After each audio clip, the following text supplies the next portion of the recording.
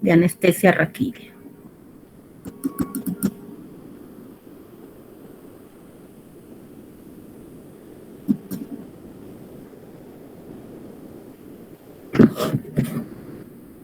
Arredondo. Presente. Está presente. Presente, doctora, buenas noches. ¿Se me escucha? Sí te escucho. Estoy tratando de ingresar a mi exposición. Atauchi.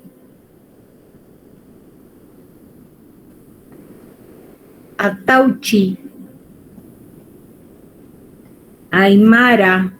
Presente, doctora, buenas noches. Caballero. Caballero presente, doctora, buenas noches.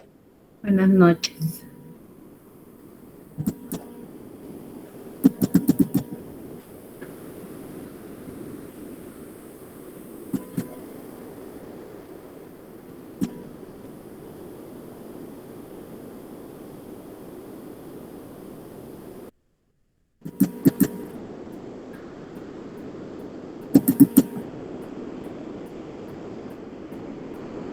Caviedes. Presente, doctora, buenas noches. Centeno. Presente, doctora, buenas noches.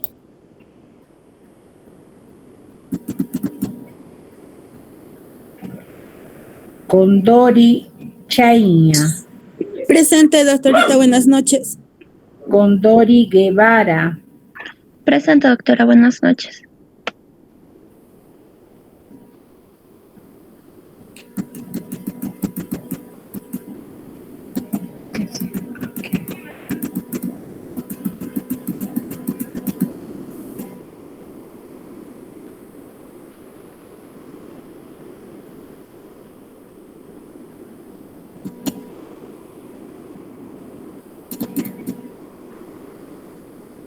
Delgado. Presente, doctora, buenas noches. Doctora, Farfán. presente, buenas noches. Buenas noches. Farfán Olavarrera. Presente, doctora, buenas noches. Galeano Medina. Presente, doctora, buenas noches. González Peña. Doctora, presente, buenas noches.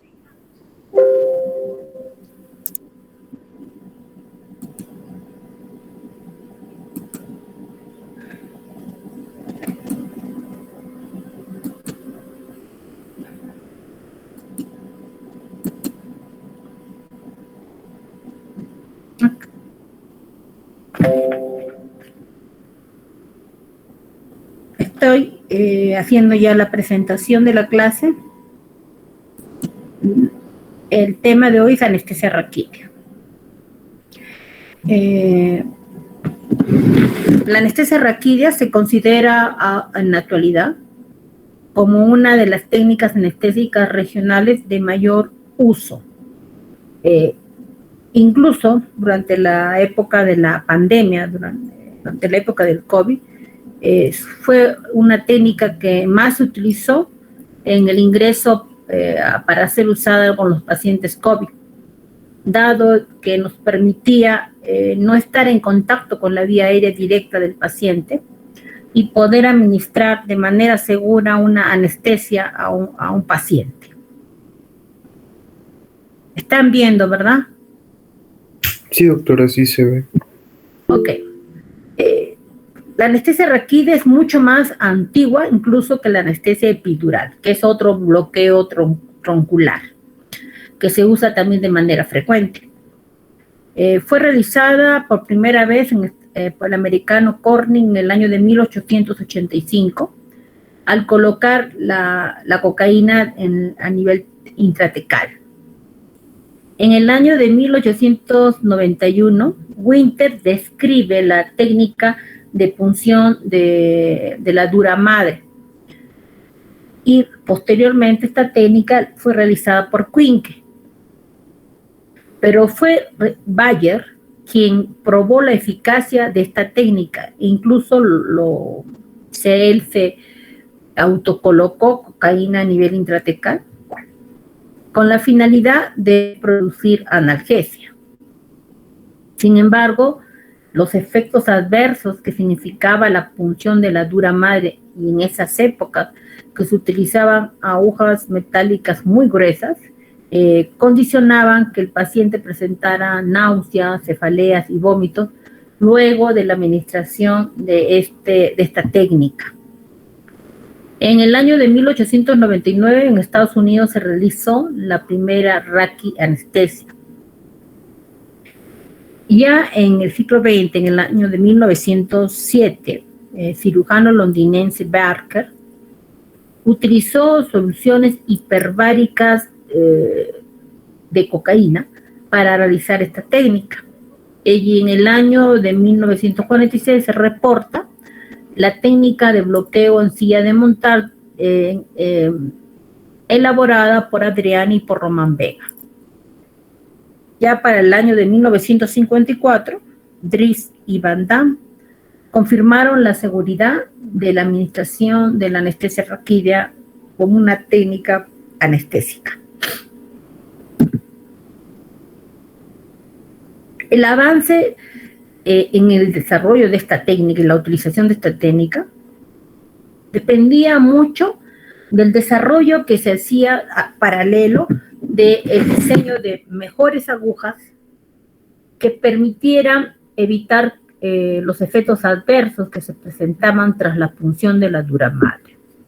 Así Cornit, Quink, Beer y Labat trabajaron sobre el diseño de diferentes tipos de agujas y el uso de un introductor a través de esta aguja y la punta de la aguja, o sea, el bisel que debería tener esta aguja. Green descubrió que la cefalea que los pacientes presentaban tras la administración de la anestesia raquídea se debía a que había fuga de líquido cefalorraquídeo por la punción de la dura madre. Y fue uno de los primeros en desarrollar agujas cada vez de menor calibre. Posteriormente, Hart y Whittaker utilizaron una aguja cuya punta tenía la punta de un lápiz, de la punta de un lápiz que uno lo taja, ¿no? Y se vio que el usar este tipo de punta en las agujas hacía que los pacientes no presentaran la cefalea. Spruck después modificó esta aguja y publicó más de 34,000 anestesias con la aguja que él diseñó, que fueron publicadas en el año 87.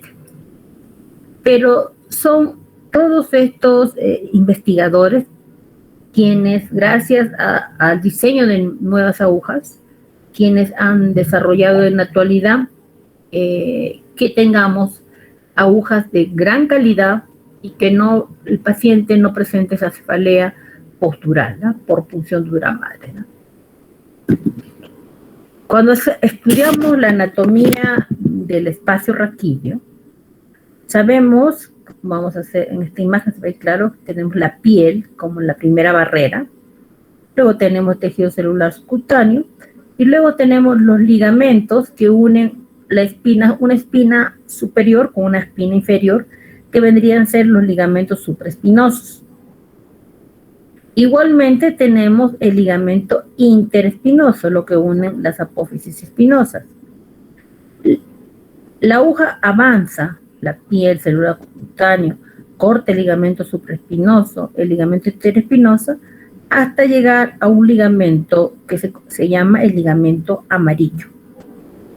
El ligamento amarillo es cortado y luego que se corta el ligamento amarillo, se corta la dura madre. Una vez cortada la dura madre, uno ingresa al espacio raquídeo, que lo corrobora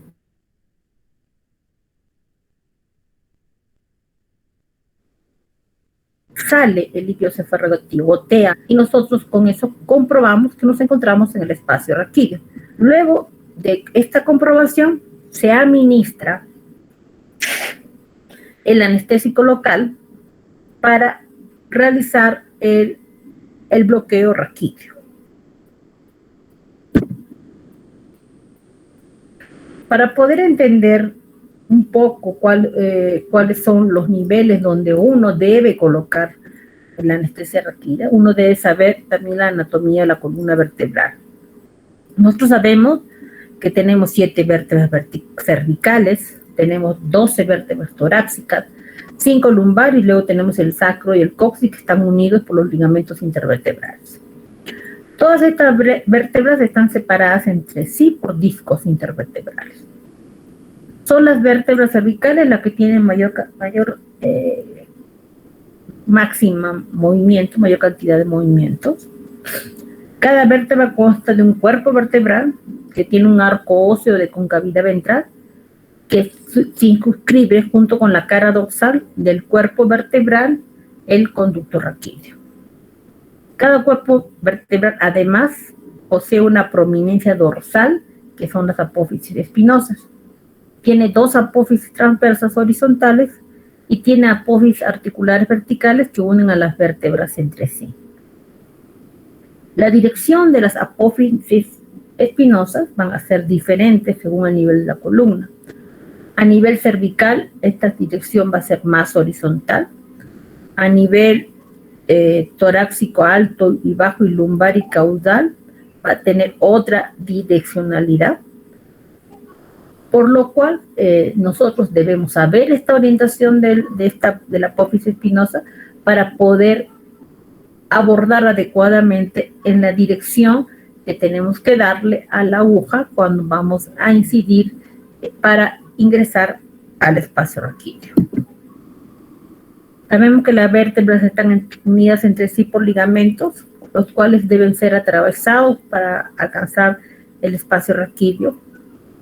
Y las láminas van a estar unidas por el ligamento amarillo, que sabemos que debe ser atravesado, ¿no?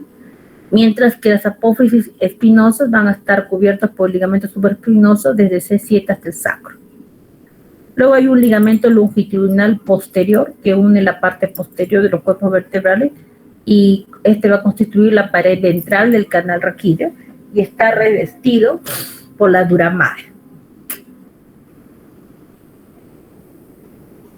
Es a través de los agujeros intervertebrales donde emergen los nervios espinales que salen del conducto raquídeo.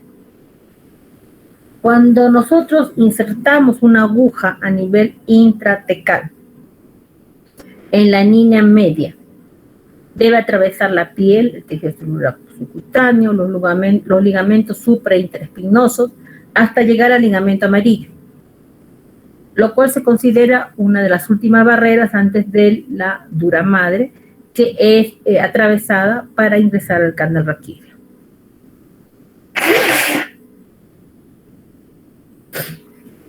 El conducto raquídeo como tal se va a extender desde el agujero magno hasta el hiato sacro, pero el espacio subaracnoideo se va a interrumpir a nivel de la segunda vértebra sacra. La médula espinal suele finalizar en el borde superior de la segunda vértebra lumbar, aunque hay algunos reportes anatómicos que señalan que puede incluso estar entre T12 y L3, por lo que se recomienda hacer el abordaje del espacio raquídeo por encima del L2, o sea, del L2 hacia arriba. Un minuto, alumnos. Angelita, estoy en clase, luego la llamada un ratito.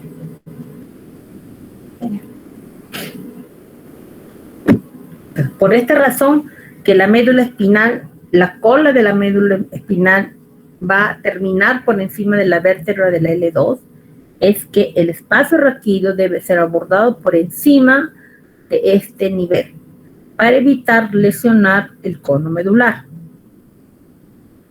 En la línea media de la columna lumbar, la piel es mucho más gruesa y móvil.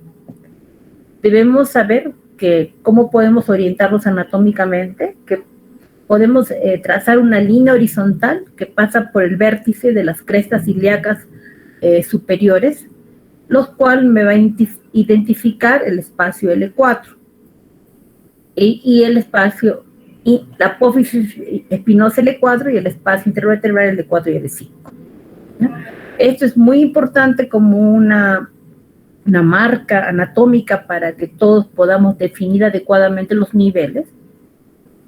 Y nos sirve de gran ayuda, sobre todo en pacientes que son muy obesos, donde no podemos palpar adecuadamente todas las apófisis espinosas.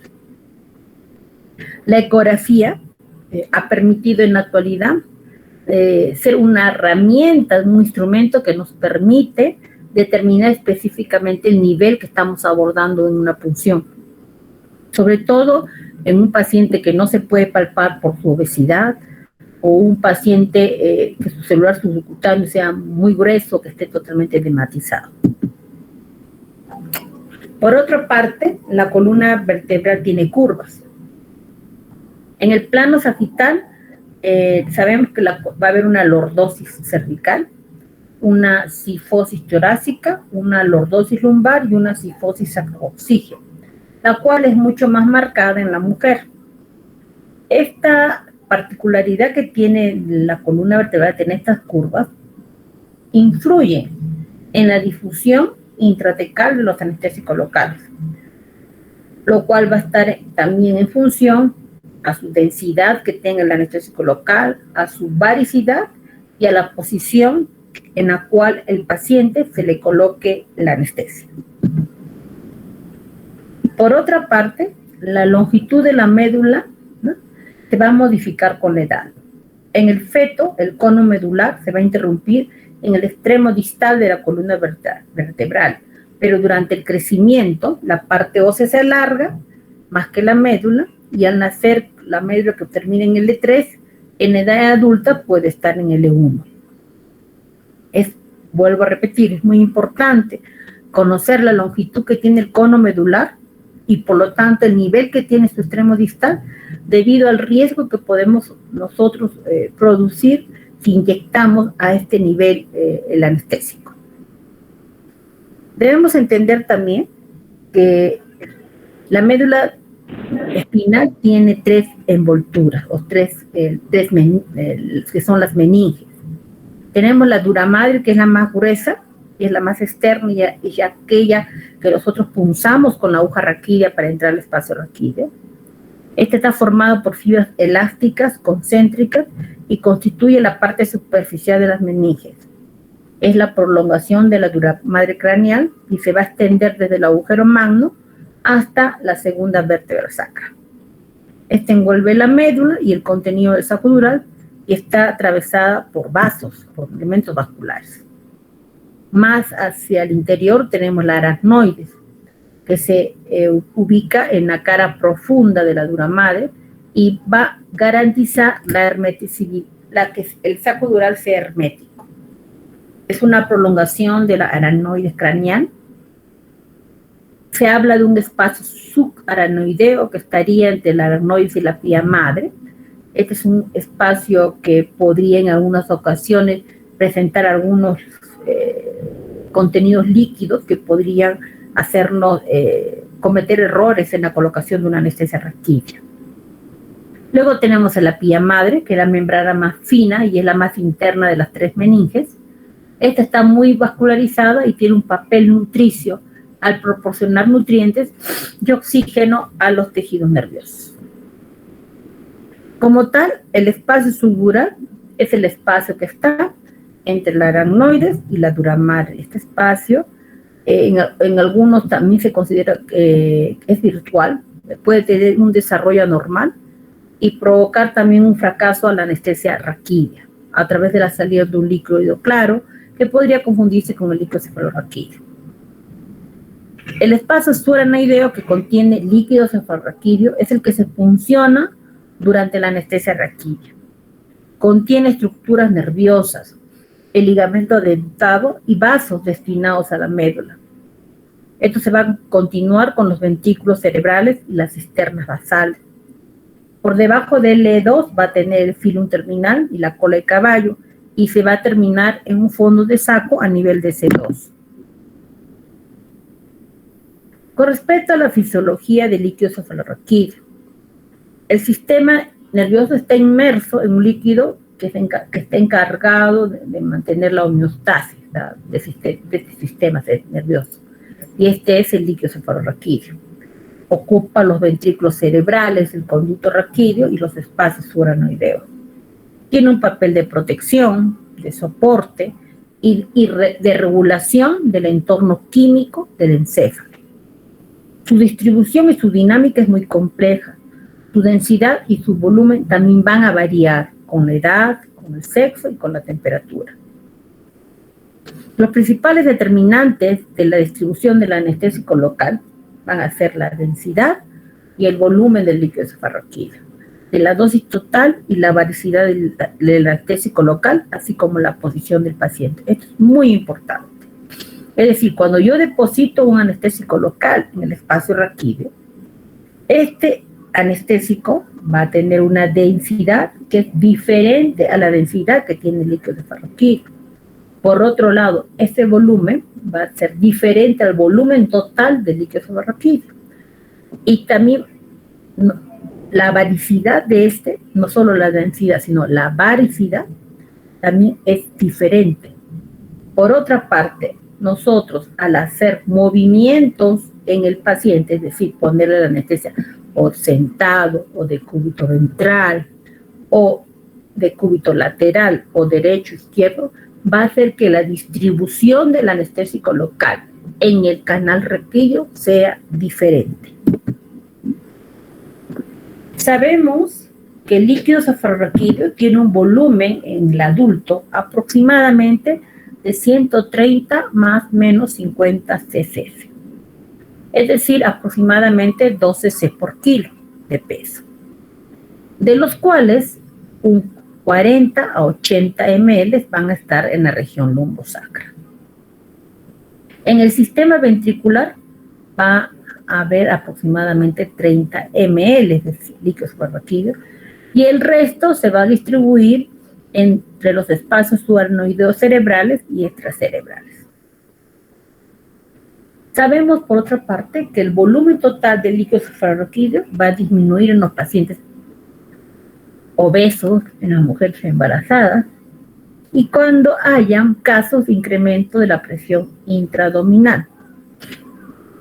Y también esta se disminuye en los ancianos entre un 30 a un 50%. ¿Cuál es la composición del líquido cefalorraquídeo? Es un líquido transparente, cristal de roca, acelular, con un pH alcalino.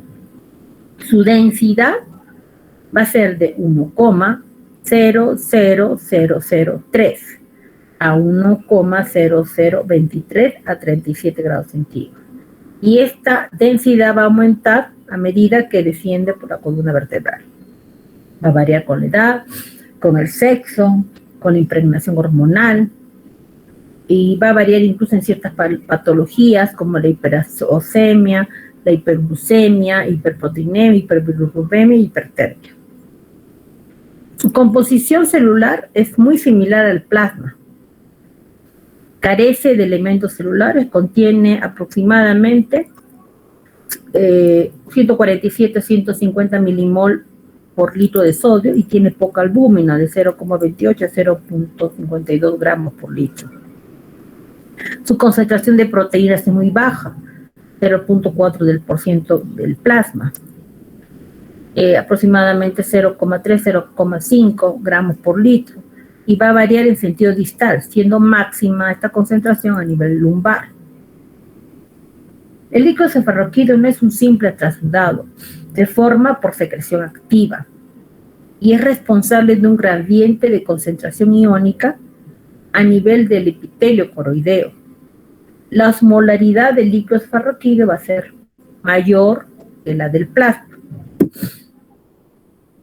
Son los plexos coroideos los que tienen el papel de desintoxicación y de neuroprotección al expulsar del líquido cefalorraquídeo ciertos compuestos endógenos y exógenos por un mecanismo de transporte activo en el sentido líquido cefalorraquídeo sangre. Así entonces, el 75% del líquido cefalorraquídeo se produce en los plexos coroideos de los ventrículos laterales del tercer y cuarto ventrículo por un proceso activo. El resto se va a formar por una ultrafiltración a nivel de los capilares subarachnoideos del epéndidimo y de la pía madre, con una producción diaria de aproximadamente de 500 a 600 mililitros de líquido cefalorraquídeo en el adulto, habiendo un proceso de recambio cada minuto, ¿no? Lo que garantiza una renovación completa 3 a 4 veces al día. Esta producción puede aumentar en caso de pérdidas.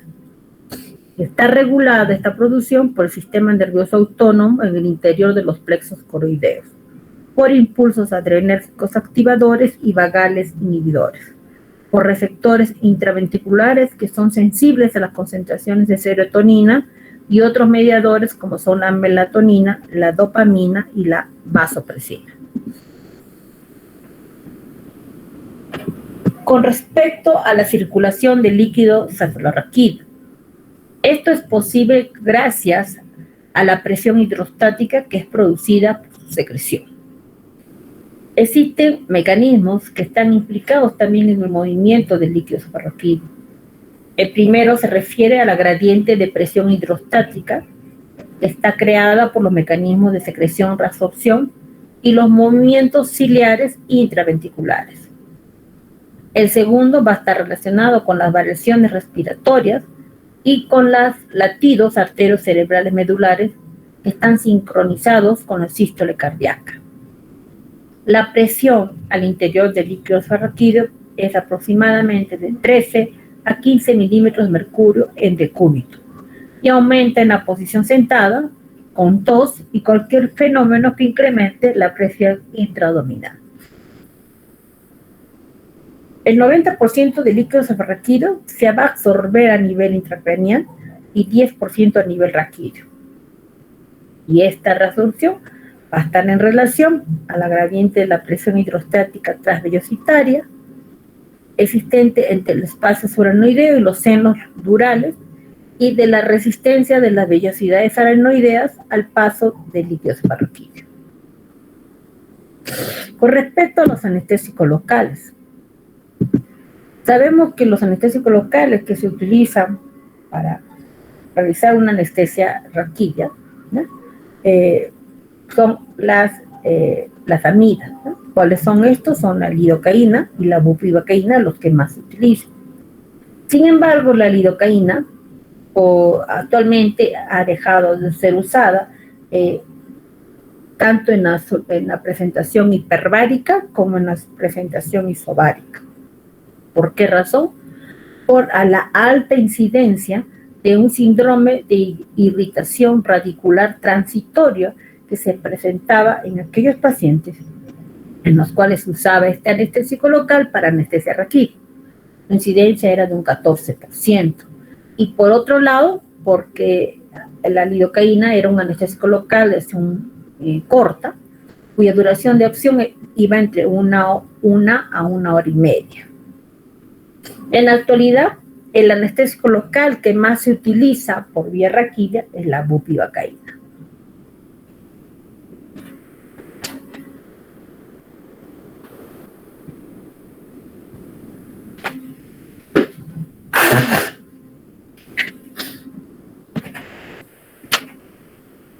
La bupivacaína, entonces, está indicada cuando se requiere un bloqueo motor potente y prolongado.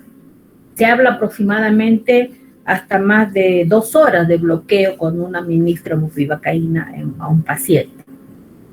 Y cada vez se ha visto que uno puede usar dosis más pequeñas de la bupivacaína, ¿no?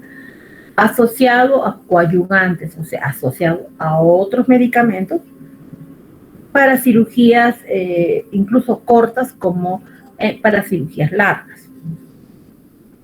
Su inicio de acción es muy rápido, estamos hablando de 5 a 8 minutos, y en promedio cuando se usa una bupivacaína sola, estamos hablando de 2 horas, 2 horas y media como bloqueo total.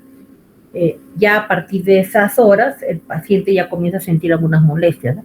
Por eso podríamos decir con una máxima duración de acción de 210 a 240 minutos aunque esta duración también está en relación a la dosis que uno usa. No es lo mismo usar dosis pequeñas que usar dosis mayores.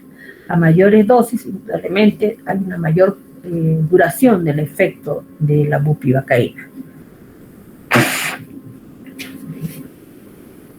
Las dosis menores de 10 miligramos, ¿no?, de una bupivacaína hipo o hiperbárica van a dar una anestesia raquídea de calidad, sin que esto provoque problemas de retención urinaria, y el paciente, una vez que pase el efecto de la anestesia, pueda irse a su casa, ¿no? La incidencia de que se presente un síndrome de irritación radicular no se aprecia o es mucho menor con la bupivacaína. Con respecto a otro anestésico local que también se utiliza es la ropivacaína. La ropivacaína se usa mucho para anestesia raquídea en procedimientos urológicos, en procedimientos traumatológicos y en cirugías abdominales bajas, en una dosis que va de 8 a 12 miligramos. Es mucho menos potente que la bupivacaína. Sin embargo, no se aprecia el riesgo de un síndrome de irritación radicular.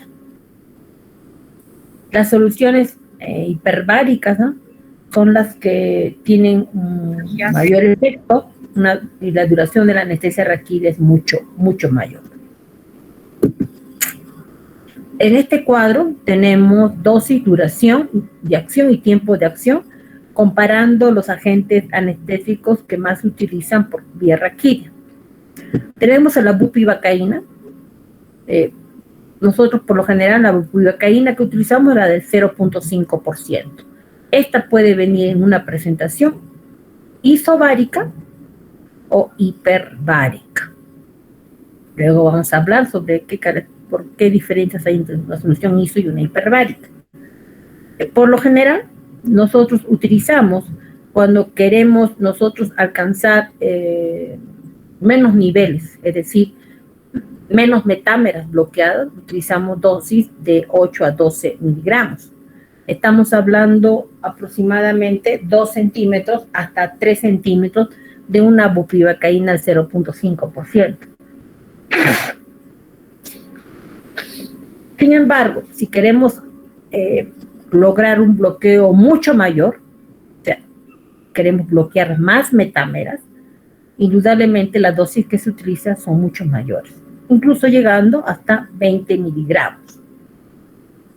Con respecto a la duración de acción del bloqueo con una bupivacaína, en este cuadro señalamos hasta de 210 hasta 240 minutos, estamos hablando de 3 a 4 horas. Sin embargo, esto se da cuando utilizamos dosis máximas, estamos hablando de 14 a 20 miligramos. Luego tenemos la ropivacaína, que la tenemos muy poco en el país, ¿no? Algunos laboratorios la producen, por sus altos costos no la tenemos nosotros ni en la Seguridad Social ni en el MINSA. Y tenemos acá dosis también muy pequeñas para menores número de metámeras bloquear y dosis mayores cuando se quieren bloquear mayores metámeras. La ropivacaína, a diferencia de la bupivacaína, me da mucho menos tiempo de bloqueo, de 140 a 200 minutos, lo comparamos con la bupivacaína.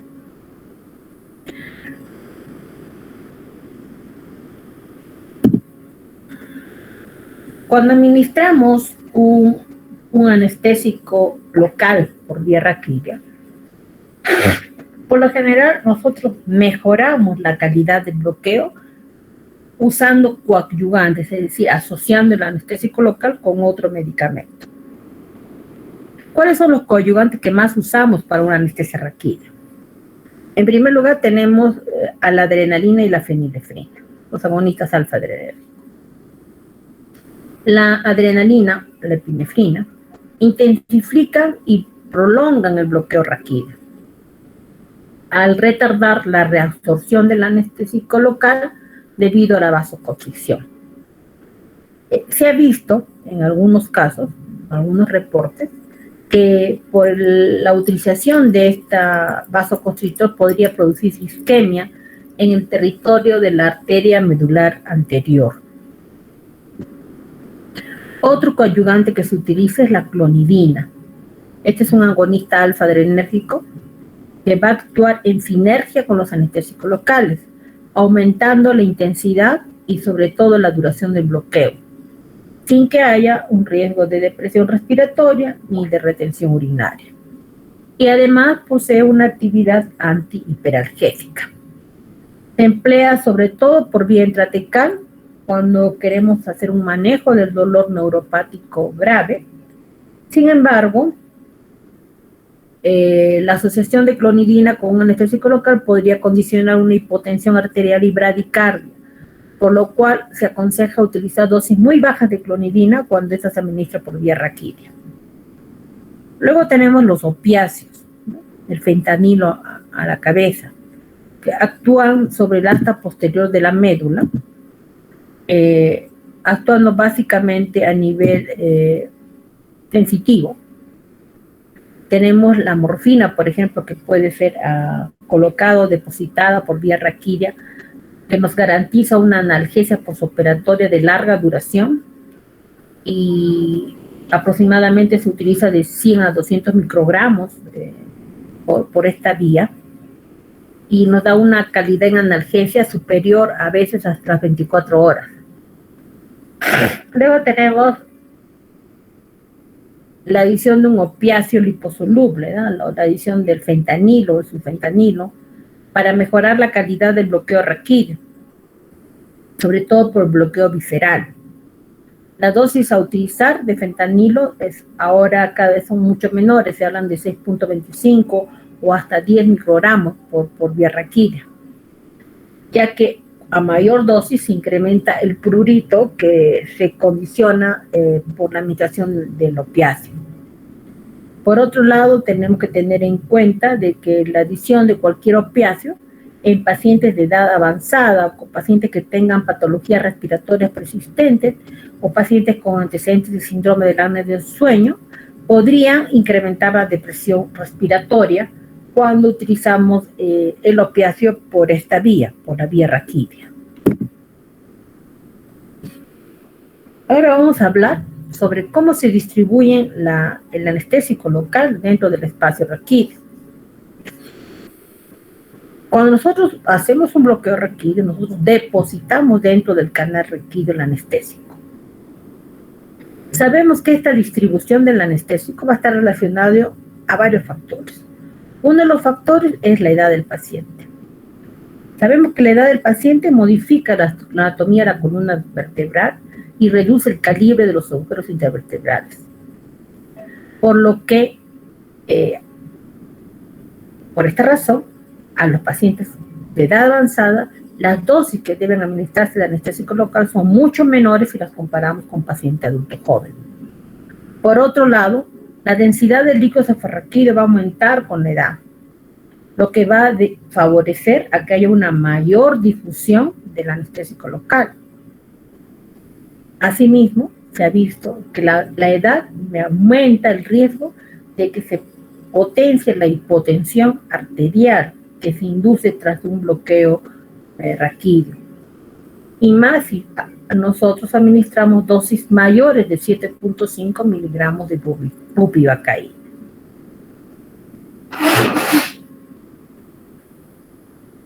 Hay otros factores que están relacionados con el tipo del anestésico local, específicamente con la densidad y la varicidad del anestésico local. Sabemos que igual de densidad, el volumen modifica la extensión del bloqueo. Es decir, si mi densidad de anestésico local es la misma que la densidad de líquido cefalorraquídeo, la distribución del anestésico va a estar en función al volumen. Debemos señalar que cuando usamos soluciones hiperbáricas, es decir, soluciones más pesadas que el líquido cefalorraquídeo, nosotros vamos a distribuir al anestésico local por debajo del nivel donde colocamos el depósito del anestésico local. Así, en un paciente que está en decúbito supino, 1.5 mililitros, 2 mililitros y 3 mililitros de bupivacaína hiperbárica van a llegar a diferentes niveles, dependiendo, en este caso, de la posición del paciente y del volumen. Por eso, cuando nosotros administramos una solución isobárica, hipovárica o hiperbárica, va a haber una diferencia en la distribución de ese anestésico por encima o por debajo del nivel donde yo deposito el anestésico.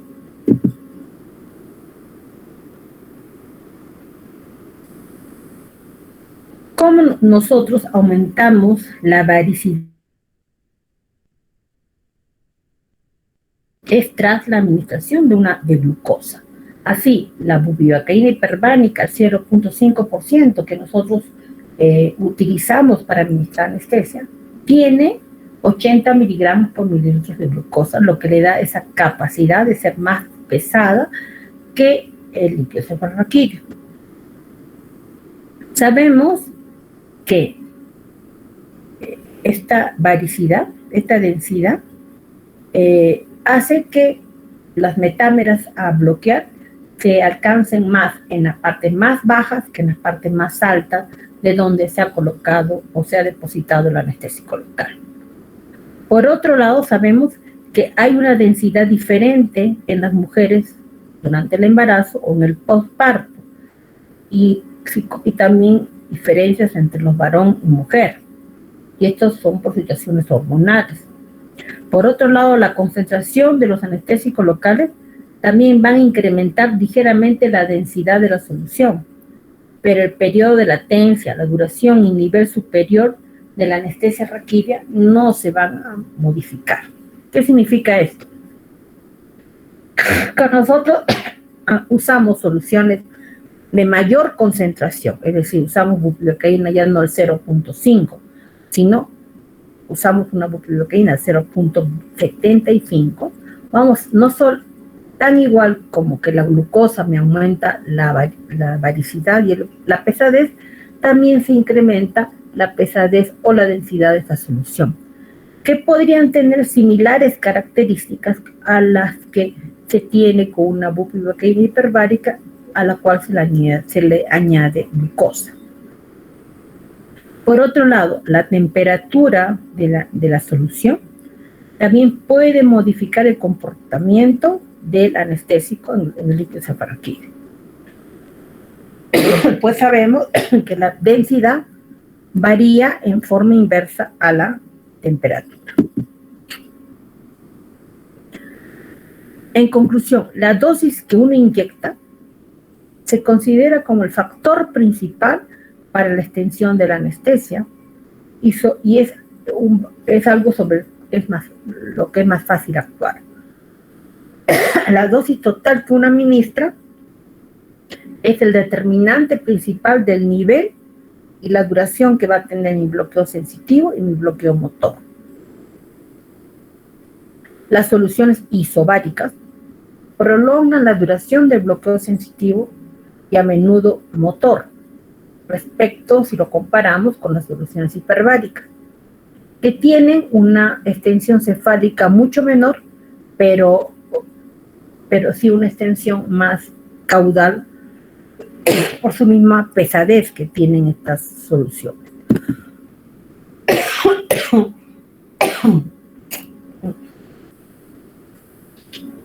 Entonces, ¿cuáles son los factores que están relacionados con la técnica de inyección? Que nosotros podemos variarlos para alcanzar mayores niveles de bloqueo.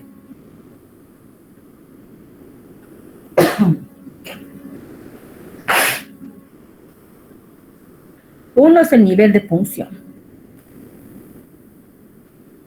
Por lo general, la punción se realiza a nivel lumbar y la extensión es mayor si uno realiza la punción entre L2 y L3.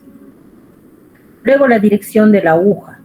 Cuanto ésta sea más angulada respecto al eje de la columna, más importante va a ser la extensión cefálica del bloqueo. En tercer lugar, la velocidad. Cuanto más rápido yo administre mi bloqueo, mi instalación de mi anestésico local, también más niveles más altos se van a alcanzar del bloqueo. Y por último, la posición del paciente, lo cual es muy importante cuando utilizamos soluciones hipo o hiperbáricas.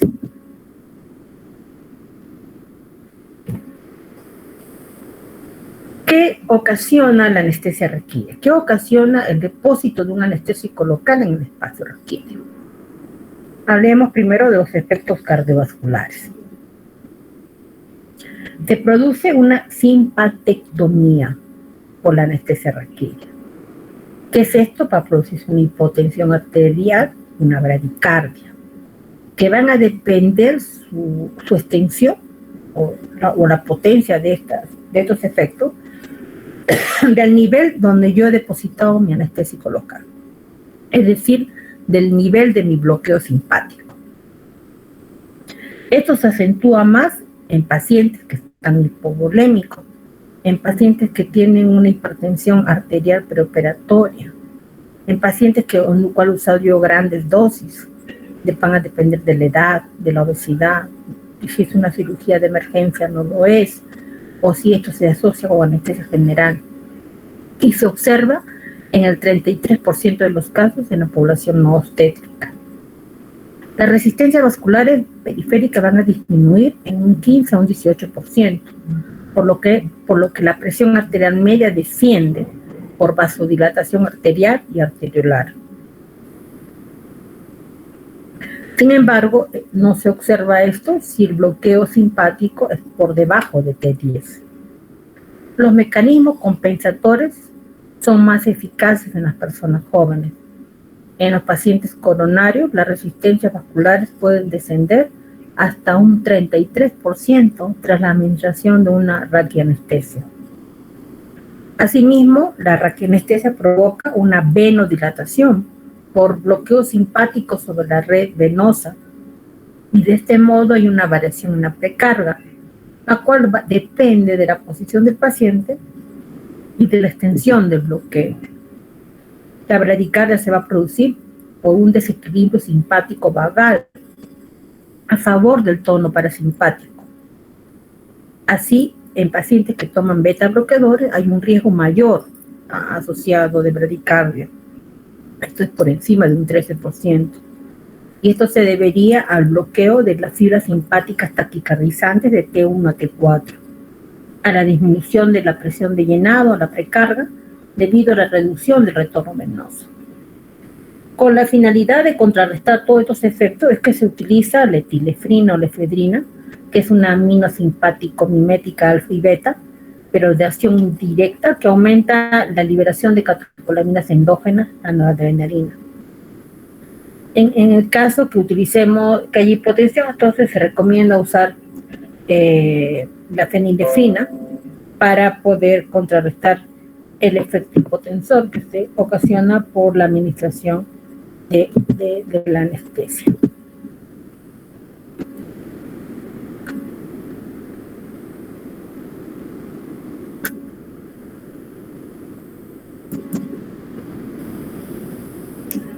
Luego tenemos otros efectos, como son efectos sobre el flujo hepático y renal. El flujo hepático va a depender del flujo cardíaco. No hay una autorregulación.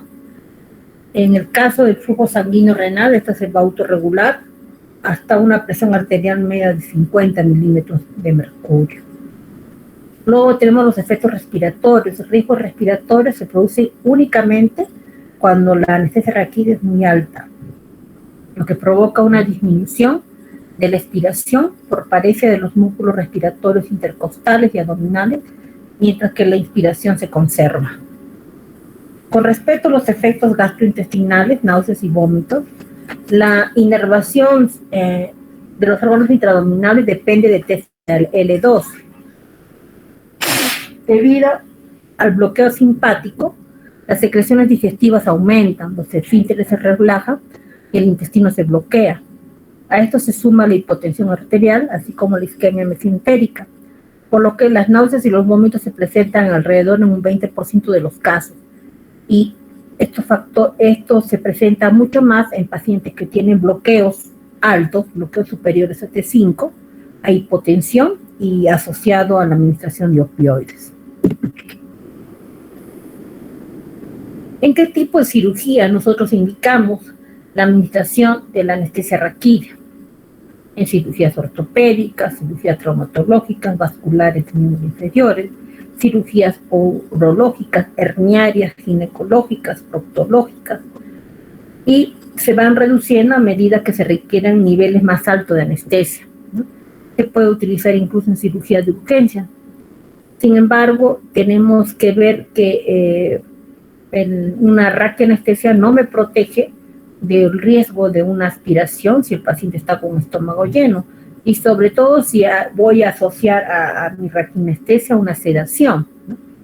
Por lo cual tenemos que siempre en pacientes con estómago lleno pensar en colocar una sonda para descomprimir el estómago, ¿no? Previo a la administración de la anestesia. ¿En qué pacientes no coloco una anestesia raquídea? Son contraindicaciones absolutas el hecho de que el paciente no quiera colocarse la anestesia. Aquella infección en el sitio donde voy a colocar la anestesia. Cuando hay una sepsis generalizada debido al riesgo de meningitis o de un absceso perimedular. En pacientes hipovolémicos que no hayan sido corregidos porque me va a acentuar la hipotensión que ocasiona esta anestesia. A pacientes con coagulopatías que estén recibiendo una anticoagulación, ¿no? El riesgo de hemorragias se da, se puede presentar en estos pacientes por la punción raquídea, la hipertensión intracraneal, la presencia de valvulopatías obstructivas graves como la estenosis aórtica, la miocardiopatía hipertrófica obstructiva, ¿no? Porque en este tipo de pacientes, al haber mucho menor recarga, va a haber mayor posibilidad de una descompensación en estos pacientes.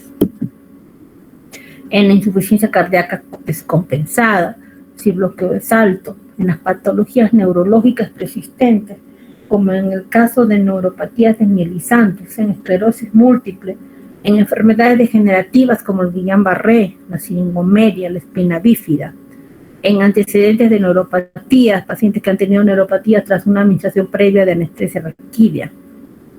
¿Cuáles son contraindicaciones relativas? Sepsis en un foco distinto al sitio de punción, cuando no sé cuánto tiempo me va a durar la operación, cuando tengo problemas de hemostasia, donde debo evaluar el riesgo-beneficio, en malformaciones de la columna vertebral o antecedentes de cirugía de columna lumbar, también debo yo valorar riesgo sobre beneficio.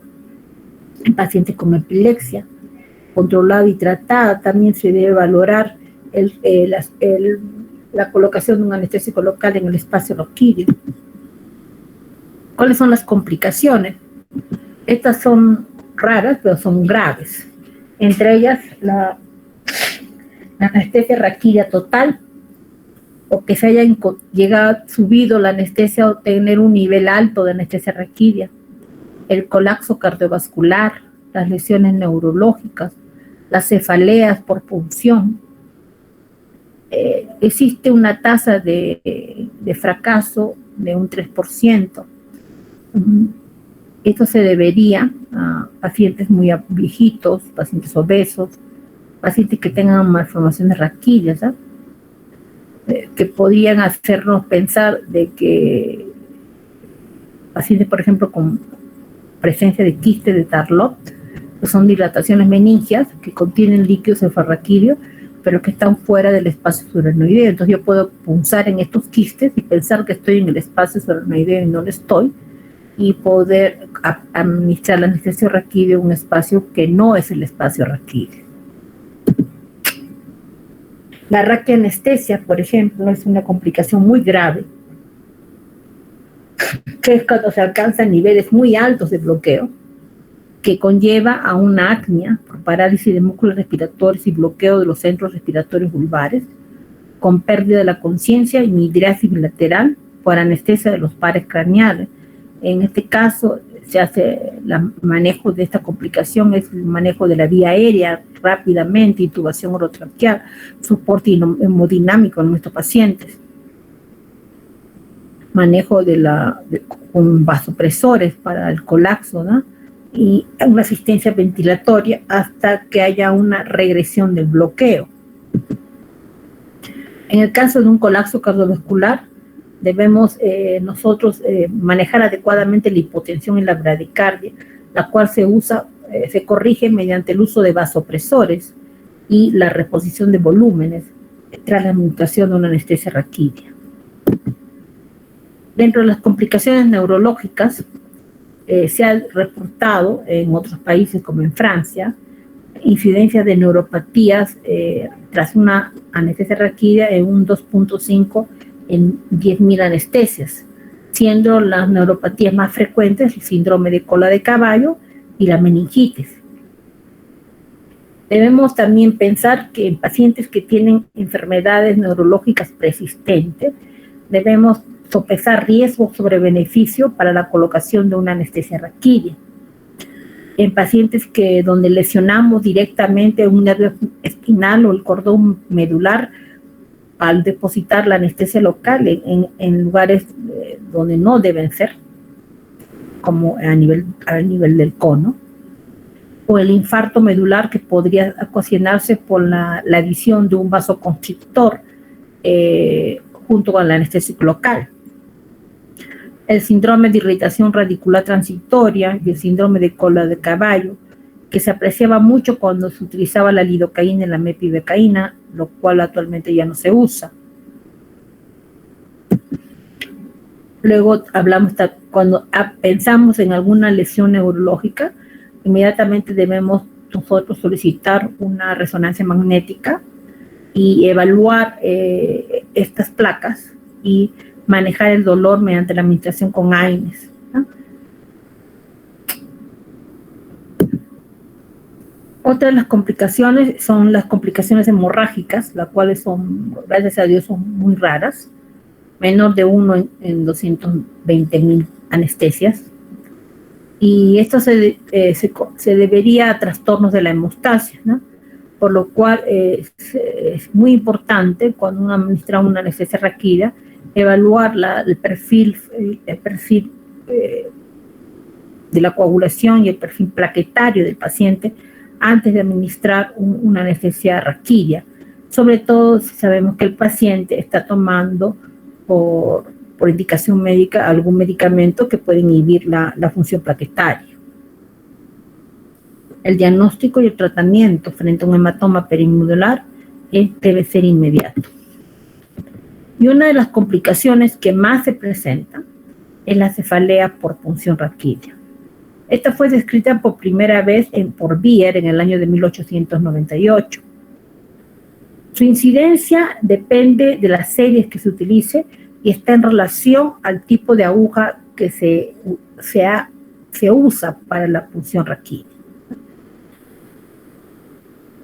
Es obligatorio que cuando un paciente presente una punción una cefalea por punción raquídea, sea tratado por el mismo anestesiólogo que realizó el procedimiento, ya que éste conoce a qué nivel ha colocado la anestesia raquídea, ya que la gran mayoría de los pacientes van a presentar no solamente alteraciones de los pares craneales y la cefalea, sino pueden presentar incluso trastornos auditivos, alteraciones oculomotoras y hematomas intracraneales en casos más graves. Los signos de cefalea se van a presentar a partir de las 24 horas luego que el paciente ha presentado una punción de Duramal. Estos signos son la cefalea típica, a predominio fronto-occipital, que se agrava cuando el paciente se pone de pie y que desaparece cuando el paciente se echa de cúbito dorsal. A veces asociada a náuseas, acúfenos, a fotofobia, a diplopia, ¿no? Que podría deberse a atracción de los nervios oculomotoros, sobre todo del sexto par craneal. ¿Cuáles son la población que está más expuesta a presentar una cefalea por punción de dura madre? Son las pacientes jóvenes, mujeres, pacientes que hayan tenido antes antecedentes de cefalea por punción de dura madre, pacientes migrañosas, ¿no? Y esta cefalea es muy rara en ancianos o en pacientes obesos, ¿no? Se presenta por lo general cuando se han realizado varias punciones en un paciente para colocar una anestesia raquídea. ¿Cuál sería la causa de esta cefalea? Se debería a la fuga del líquido cefalorraquídeo, lo cual favorece a un descenso de las estructuras intracraneales y el realce de las meninges, como se evidencia en una resonancia magnética. Esta pérdida de líquido cefalorraquídeo provoca tracción de las raíces nerviosas y de las estructuras intracraneales cuando el paciente se levanta. El dolor se debería al aumento del flujo sanguíneo cerebral secundario a la fuga del líquido cefalorraquídeo.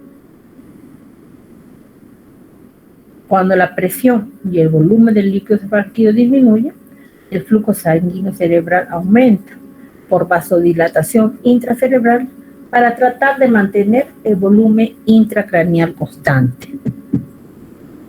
La mayoría del tratamiento que se realiza se debe hacer lo más pronto posible. En muy pocos pacientes este tratamiento se prolonga por más de una semana. Una vez que se establece el diagnóstico, el tratamiento debe establecerse lo más pronto posible. Van desde tratamientos sintomáticos como descanso en cama, la indicación de analgésicos, vasoconstrictores cerebrales como la cafeína, ¿no?, la cual se contraindica en pacientes que son hipertensos o que toman tratamiento para epilepsia, siendo el tratamiento definitivo ante el fracaso del tratamiento sintomático, el cual se establece por lo menos por 3 días, la colocación de un parche sanguíneo. El parche sanguíneo consiste en la inyección de sangre autóloga, es decir, sangre del propio paciente, en la región peridural, en el lugar donde se colocó la anestesia raquídea, el cual se considera como el procedimiento terapéutico que más se ha propuesto para manejar la cefalea por punción. Este parche provocaría vasoconstricción, que corregiría la vasodilatación que se ocasionó por la punción de la dura madre. La colocación de este parche debe realizarse en el quirófano, con asepsia respectiva, para lo cual se utiliza una aguja Towie, que es una aguja epidural, y el paciente se le coloca de 10 a 12 centímetros de su propia sangre autóloga en la zona epidural, en el lugar donde se hizo la punción de dura madre. Posterior a la colocación de este parche, el paciente se le coloca en decúbito supino por 2 horas y luego, posterior a esto, se evalúa al paciente para ver si la cefalea continúa. Por lo general, el resultado es inmediato. El paciente va a calmar su cefalea. Se ha visto una eficacia del 95% tras la administración de un parche de sangre. En muy pocas ocasiones se plantea un segundo parche. Si esto fallara, se debe solicitar la evaluación del neurólogo para poder hacer un manejo más adecuado de esta cefalea. Las complicaciones del parche son excepcionales y por lo general se trata de lumbalgias transitorias y radiculalgias que van a desaparecer en unos días. Algunos han descrito parálisis de nervios craneales, neumoencéfalo, meningitis, aranolitis, tromboflebitis o hemorragias cerebrales y algunos episodios comiciales, los cuales son muy raros.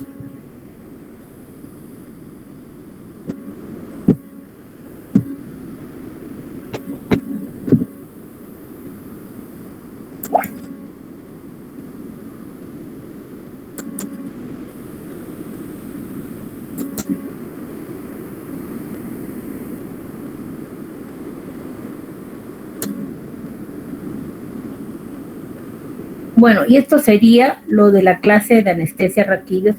Es un tema muy extenso que va desde lo que es la misma técnica en sí de la administración, que vamos a hacerlo es una práctica, vamos a ver videos en las clases de práctica. Este sábado y el domingo vamos a ver los videos de anestesia raquídea.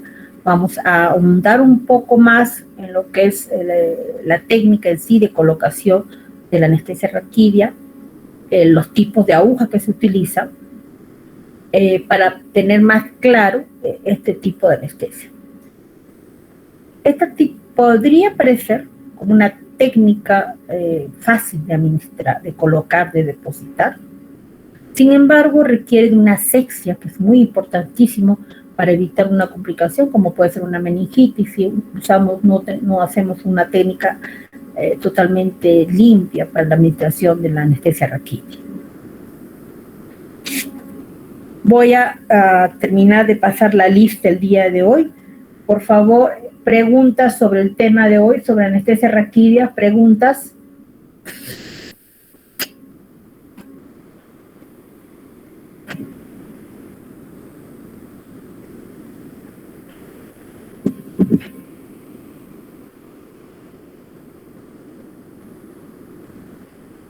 No hay preguntas de la clase, voy a continuar la lista entonces. Granilla Mendoza. Presente, doctora, buenas noches. Herrera Álvarez. Doctora, buenas noches, presente. Guayani Lezama. Presente, doctorita, buenas noches. Me disculparán, pero me han puesto la vacuna y estoy terrible, con una gripe mortal en la casa. Por eso es que estoy así tan mal dando las clases. No se preocupe, doctora. Guamán Granilla. Presente, doctora. Ichiyumpa Pérez.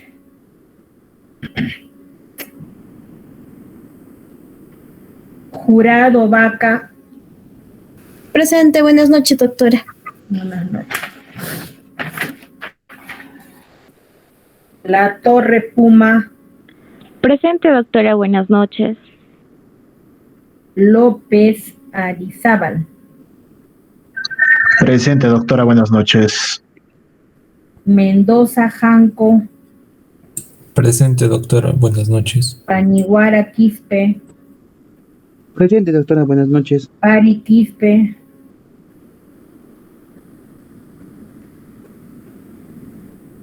Pauca Romero. Presente, doctora, buenas noches. Pérez Rojas. Doctora, buenas noches, presente. Pizarro Flores. Doctora, buenas noches, presente. Doctora, Puma Charri. Pari y Ichiyumpa escribieron en el chat. Pari Quispe. Escrito en el chat, Pari. Sí, doctora, y también Ichiyumpa Pérez. Pari Quispe. ¿Qué ha pasado con ellos? Ya Ichiyumpa está teniendo problemas con su audio, doctorita. Puma Echarri. Presente, doctora, buenas tardes, buenas noches. Quispe Mamani. Profesora, Puma Jiménez, ¿qué ha pasado, doctora? Puma Jiménez, disculpa, Puma Jiménez. Y Chiyumpa me dice que ya, ok. Sí, doctoritas, tuvo problemas con su audio. Rivero Sinofuente. Presente, doctora, buenas noches. Tajizaire.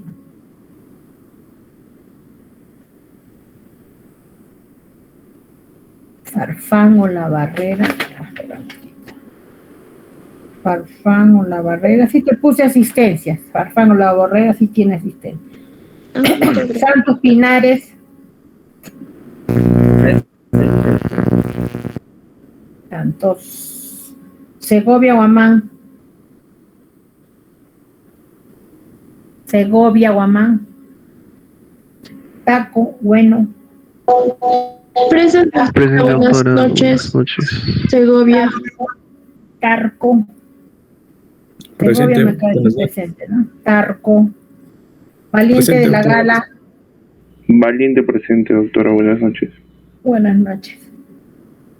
Vargas Tejada. Presente, doctora, buenas noches. Vázquez Arana. Presente, doctora, buenas noches. Vidal Segarra. Presente, doctora, buenas noches. Vignatia Paza. Presente, doctora, buenas noches. Villafuerte Olazábal. Presente, doctora, buenas noches. Subileta Guamán. Presente, doctora, buenas noches. Okay. Están todos. Ya. Doctora, un favor, ¿me podría considerar? Soy Atauchi. Entré tarde porque tenía problemas de internet. Por favor. Ya, okay. Estoy revisando el examen de práctica. Estoy viendo lo de las notas. Están muy, las notas mucho mejores con respecto al examen de teoría. Hay alumnos que sí van a tener que esforzarse bastante, sacado ya los promedios de ustedes de teoría. Hay algunos que van a tener que esforzarse en el examen segundo examen de la segunda unidad. Acuérdense que hoy día estamos avanzando. El sábado y el domingo haré prácticas de lo que es raquidia. Y la próxima semana ya tenemos lo que es epidural con las prácticas de epidural. Y la subsiguiente es el seminario y el examen. Estamos hablando, esta unidad es mucho más corta. Estamos hablando, en fechas. Estamos hablando que el examen, el segundo examen, sería el 8 de mayo. Día de la madre, no lo puedo memorizar ese día. 8 de mayo sería el examen de la segunda unidad. Esta semana, la siguiente semana. Doctora, el día de la madre. Dime. Sí, justo, tendríamos que hacerlo otro día. Doctora, el 8 de mayo es día de la madre, doctorita. Sí, pues tendríamos que hacerlo o el 7 o el 9. Ustedes decidan, me avisan. O el 7 o el 9, ¿no? Un día antes o un día después. Ustedes me avisan. Pero acuérdense que los exámenes son juntos para los 3 grupos, ¿verdad? Entonces, si lo hacemos el sábado, lo hacemos para los 3 grupos el sábado, o si lo hacemos lunes, es para los 3 grupos, ¿no? Podría ser o el sábado 7 o el lunes 9 para los 3 grupos, ¿no? Y eso sería ya el examen de la segunda unidad, ¿no? De la segunda unidad. La exposición en el caso de ustedes es el 7. El sábado 7. Sí, el sábado 7 es la exposición. El seminario de dolor agudo, acuérdense. Yo pienso que el examen podría ser el lunes 9. A ver si lo conversan con los otros delegados de la B y de la C. Ya, doctorita, seguimos con la modalidad virtual, ¿verdad? Mire, yo por mí no tengo ningún problema de hacerlo virtual. Ha habido problemas, creo, en estos días de la huelga por los exámenes. No sé cómo la universidad al respecto qué va a decidir. Para mí es mucho más trabajoso tomar el examen grupo por grupo, porque imposible que pueda tomar a 150 alumnos un mismo examen, porque no hay un aula para esa cantidad de alumnos en la universidad. Indudablemente que si yo voy a programar el examen presencial, voy a tenerlo que hacerlo en 3 grupos, ¿no? Un día un grupo, otro día otro, o en diferentes horarios, ¿no? Por ejemplo, un día uno que haga en su horario de clases, otro en su horario de clases, porque sí, yo soy respetuosa, o sea, se tiene que hacer el examen en su horario de sus clases, ¿no? Y eso tengo que coordinar con la universidad. Eso déjenme hablar con la universidad, porque yo sé que está habiendo bastantes problemas con esto de los exámenes presenciales, porque están faltando a clases muchos alumnos, ¿no? Por lo que se cruzan los exámenes con los horarios, ¿no? Entonces, déjeme conversar esa situación. Sí, y bueno, también es un poco tedioso la solicitud para el examen, se le va a hacer también de repente un poco tedioso porque tiene que solicitar con anticipación y de hecho para cada grupo también va a tener que solicitar, o sea, por cada grupo, ¿no? Así es por cada grupo. Déjenme coordinar eso con la universidad. Mientras tanto, vayan preparando su tema de exposición, chicos, ¿ya? Vayan preparando. Lo que es los mismos grupos de práctica, los mismos para lo que es manejo del dolor agudo en sala de operaciones, ¿no? Dolor agudo, manejo del dolor agudo en anestesia, que involucra todo lo que es el mecanismo que tiene que ver con el dolor, la noxa quirúrgica, que significa una intervención quirúrgica. Ahí tienen que hablarme sobre el dolor agudo, si es importante la administración previo a empezar la operación, que es importante manejar el dolor antes de que se empiece propiamente dicha la cirugía, y cómo manejamos el dolor de acuerdo a la noxa. No es lo mismo un dolor por una cirugía laparoscópica que por una cirugía abierta, qué mecanismos están involucrados en lo que es el dolor por noxa quirúrgica, ¿verdad? Y luego, qué medicamentos son los que más usamos y por cuánto tiempo, ¿no? Eso es el seminario que ustedes van a hacer.